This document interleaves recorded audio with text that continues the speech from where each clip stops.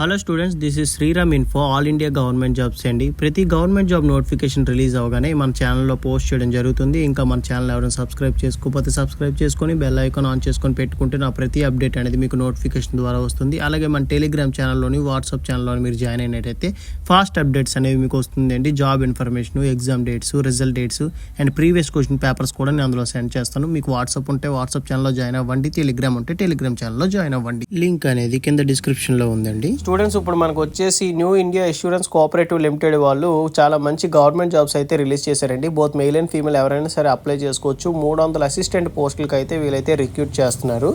ఇందులో main important points అనేవి నేను డిస్కస్ చేస్తాను. మీరు వీడియో ఎక్కడ స్కిప్ చేయకుండా లాస్ట్ వరకు చూడండి. ఇది వచ్చేసి వాళ్ళ యొక్క అఫీషియల్ వెబ్సైట్ అండి. అక్కడ క్విక్ హెల్ప్ అని ఉంది కదండి, దాని మీద క్లిక్ చేసి ఇక్కడ రిక్రూట్మెంట్ అని ఉంది కదా ఫస్ట్ది, అది మీరు ఓపెన్ చేసినట్టయితే మీకు పేజ్ వచ్చి ఇలా ఓపెన్ అవుతుందండి. Recruitment for the new India insurance అని ఉంది కదా, ఇందులో ఫస్ట్ది మీరు ఓపెన్ చేయాల్సి ఉంటుంది. అసిస్టెంట్ రిక్రూట్మెంట్ 2023 ఉంది కదండి, దాని మీదకి వెళ్ళినట్టయితే మీకు ఇక్కడ చూడండి detail advertisement in English, detail advertisement in Hindi. అంటే నోటిఫికేషన్ డీటెయిల్స్ అనేవి ఇంగ్లీష్ అండ్ హిందీలో కూడా ఉంటుందండి. హిందీ కావాల్సిన వాళ్ళు హిందీ ఓపెన్ చేయండి, ఇంగ్లీష్లో కావాల్సిన వాళ్ళు ఇంగ్లీష్ ఓపెన్ చేయండి. నేను ఇంగ్లీష్ ఓపెన్ చేస్తాను. ఓపెన్ చేసినట్టయితే అఫీషియల్ నోటిఫికేషన్ అనేది మీకు ఇలా ఓపెన్ అవుతుంది. ఇందులో ఇంపార్టెంట్ పాయింట్స్ అనేవి నేను డిస్కస్ చేసి ఎక్స్ప్లెయిన్ చేస్తాను ఈ వీడియోలోని. మీరు వీడియో లాస్ట్ వరకు చూసి ఎలా అప్లై చేసుకోవాలో కూడా నేను ప్రాసెస్ అనేది లాస్ట్లో మీకు అయితే ఎక్స్ప్లెయిన్ చేయడం జరిగింది. నోటిఫికేషన్ డీటెయిల్స్ చెక్ చేసుకున్నట్టయితే మనకి రిక్రూట్మెంట్ ఆఫ్ 300 అసిస్టెంట్స్ అని చెప్పి ఇచ్చారు. అంటే 300 అసిస్టెంట్ పోస్టులకు వీలైతే రిక్రూట్ చేస్తున్నారు. 29 జనవరి 2024 అయితే ఈ నోటిఫికేషన్ అనేది మనకి రిలీజ్ చేయడం జరిగిందండి.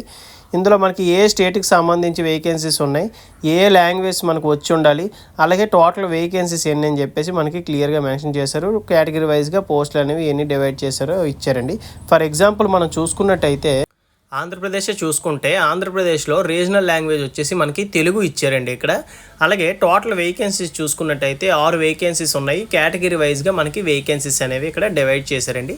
అలాగే మనకి ఢిల్లీ చూసుకున్నట్టయితే హిందీ అనేది రీజనల్ లాంగ్వేజ్ ఇచ్చారు. టోటల్ వేకెన్సీస్ వచ్చేసి 23 వేకెన్సీస్. కేటగిరీ వైజ్గా మనకి వేకెన్సీ అనేది డివైడ్ చేశారు.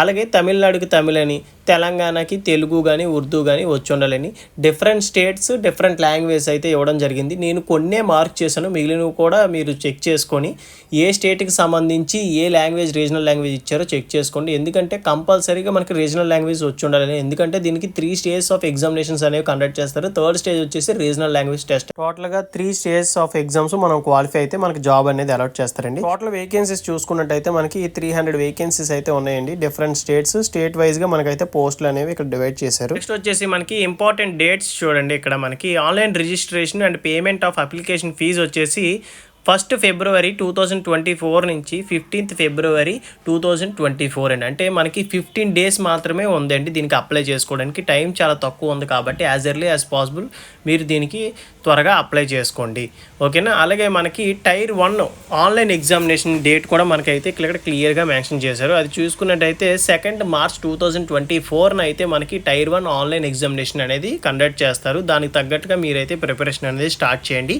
అలాగే ఆన్లైన్ టైర్ 2 ఎగ్జామినేషన్ అనేది దీని తర్వాత మేము అనౌన్స్ చేస్తాం అఫీషియల్ వెబ్సైట్లో అని చెప్పేసి మనకైతే ఇక్కడ క్లియర్గా మెన్షన్ చేశారు.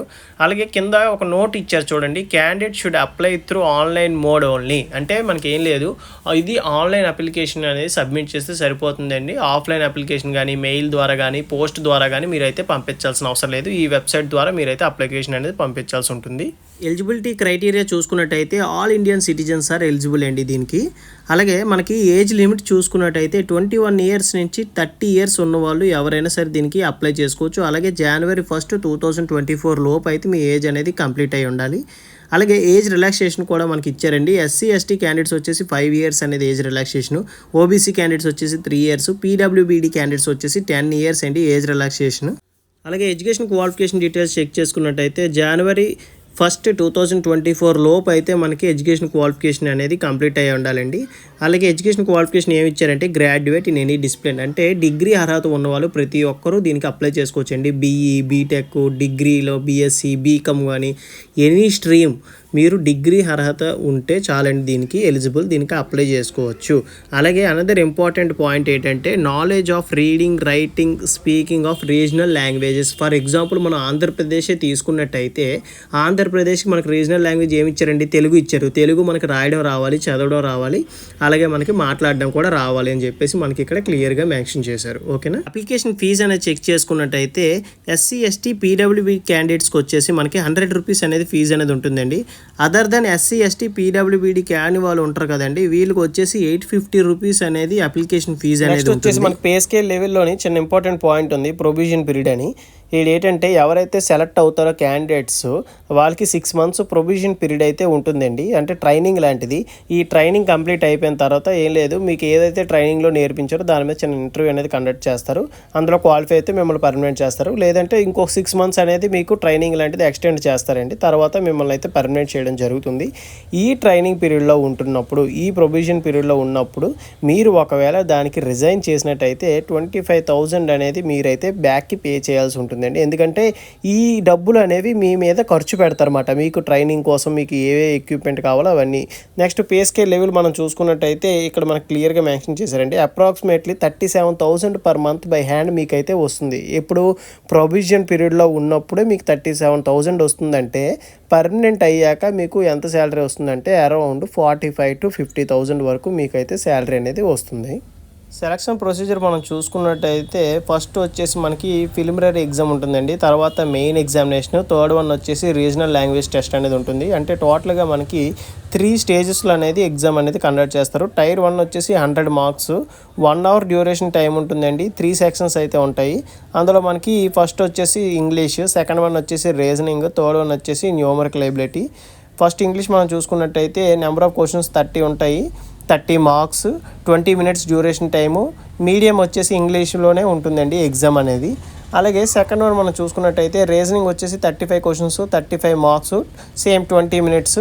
ఇంగ్లీషు హిందీలో ఉంటుందండి ఇది టెస్ట్ అనేది. అలాగే మనకి న్యూమరికల్ ఎబిలిటీ కూడా సేమ్ అండి, 35 marks, 35 questions, 20 minutes, same English and హిందీలో ఉంటుంది. టోటల్ మనకి 100 క్వశ్చన్స్ అయితే ఉంటాయి. 60 మినిట్స్లో మనం అయితే ఆన్సర్ చేయాల్సి ఉంటుంది. అలాగే మనకి టైర్ 2 వచ్చేసి మెయిన్ ఎగ్జామినేషన్ అండి. 250 మార్క్స్, 2 అవర్స్ డ్యూరేషన్ టైం ఉంటుంది. Separate time for each test. అంటే ఏం లేదు, 5 సెక్షన్స్ ఉంటాయి కదా, ఒక్కొక్క సెక్షన్కి వచ్చేసి ఈ టైం అనేది కేటాయిస్తారు. ఆ టైంలో మనం అయితే ఆన్సర్ చేయాల్సి ఉంటుంది. టోటల్ 5 సెక్షన్ యొక్క మొత్తం ఎన్ని సబ్జెక్ట్స్ ఉన్నాయో అన్ని subjects, number of questions, number of marks and medium of examination ఏ మీడియంలో ఉంటుందని చెప్పి మీరు బోత్ ఇంగ్లీష్ అండ్ హిందీ ఉంటుంది. మీకు ఏ లాంగ్వేజ్ కావాలంటే ఆ లాంగ్వేజ్లో మీరైతే సెలెక్ట్ చేసుకోవచ్చు. నెక్స్ట్ థర్డ్ స్టేజ్ వచ్చేసి మనకి రీజనల్ లాంగ్వేజ్ టెస్ట్ అనేది కండక్ట్ చేయడం జరుగుతుంది. ఎవరైతే ప్రిలిమినరీ అండ్ మెయిన్స్ ఎగ్జామ్లో క్వాలిఫై అవుతారో వాళ్ళకి ఈ రీజనల్ లాంగ్వేజ్ టెస్ట్కి అయితే పిలవడం జరుగుతుంది. ఏ స్టేట్కి సంబంధించి ఆ స్టేట్కి రీజనల్ లాంగ్వేజ్ ఇచ్చారు కదండి, దాని మీద అయితే టెస్ట్ ఉంటుంది. రీజనల్ లాంగ్వేజ్ టెస్ట్కి వెళ్ళినప్పుడు list of documents to be produced at the time of regional language test. అంటే ఈ డాక్యుమెంట్స్ అనేవి మనం ఈ టెస్ట్ రీజనల్ లాంగ్వేజ్ టెస్ట్కి వెళ్ళినప్పుడు పట్టుకెళ్లాల్సి ఉంటుందండి. ప్రింట్అవుట్ ఆఫ్ కాల్ లెటర్ అని, అలాగే మనకి అప్లికేషన్ పంపిస్తాం కదండి, online application printout, identity verification కోసం మీ ఆధార్ కార్డు కానీ పాన్ కార్డు కానీ పట్టుకెళ్లాల్సి ఉంటుందండి. తర్వాత మీ education qualification certificates, caste certificate ఇవనేవి మీరైతే పట్టుకెళ్లాల్సి ఉంటుంది. అలాగే ఎగ్జామినేషన్ సెంటర్స్ మనం చూసుకున్నట్టయితే ఇక్కడ చూడండి, ఆంధ్రప్రదేశ్ చూసుకున్నట్టయితే విజయవాడ అని, విశాఖపట్నం అని, హైదరాబాద్ అని, విజయనగరం అని, రాజమండ్రి అని, తిరుపతి అని చెప్పేసి మనకి ఇక్కడ మెన్షన్ చేశారు. ఏ స్టేట్కి సంబంధించి అందులో ఇంపార్టెంట్ సిటీస్ అనేవి మనకి అయితే ఇవ్వడం జరిగింది. And one more main thing ఏంటంటే ఇప్పుడు నేను చెప్పినవన్నీ టైర్ 1 ఎగ్జామినేషన్ సెంటర్స్ అండి. టైర్ 2కి మళ్ళీ వేరు. టైర్ 2కి చూసుకున్నట్టయితే మనకి ఆంధ్రప్రదేశ్లో విజయవాడ, విశాఖపట్నం మాత్రమే ఇచ్చారు. ఓకేనా, మళ్ళీ చెప్తున్నాను, టైర్ 1 ఎగ్జామినేషన్ సెంటర్స్ అన్నీ ఈ బాక్స్ అండి, టైర్ 2 వచ్చేసి ఈ బాక్సులు. ఓకేనా. అలాగే మనకి ఫర్ ఎగ్జాంపుల్ తెలంగాణ చూసుకున్నట్టయితే అలాగే మనకి హైదరాబాద్ ఇచ్చారు, ఖమ్మం ఇచ్చారు, కరీంనగర్, వరంగల్ అండి. అలాగే ఏ స్టేట్కి సంబంధించి అందులో మనకి సిటీస్ అనేవి ఇచ్చారు. ఇవన్నీ డీటెయిల్స్ అనేవి నేను డిస్క్రిప్షన్లో ఇస్తాను, ఒకసారి మీరు చెక్ చేసుకోండి ఆ నోటిఫికేషన్ డీటెయిల్స్. వచ్చేసి మనకి హౌ టు అప్లై అండి. ఇది ఎలా అప్లై చేసుకోవాలో మనకి స్టెప్ బై స్టెప్ ప్రాసెస్ అయితే ఇచ్చారండి. First application registration, payment fee, తర్వాత థర్డ్ వన్ వచ్చేసి మనకి scan and upload of photograph, signature, left thumb impression అని చెప్పేసి ఇచ్చారు. కింద చూడండి మనకి క్లియర్గా ఇచ్చారు, photo, signature, left thumb impression అనేది వైట్ పేపర్ మీద బ్లాక్ పెన్తో కానీ బ్లూ పెన్తో కానీ మనకైతే థంబ్ ఇంప్రెషన్ ఉండాలి. అలాగే హ్యాండ్ రైటెడ్ డిక్లరేషన్ అనేది ఉంటుందండి.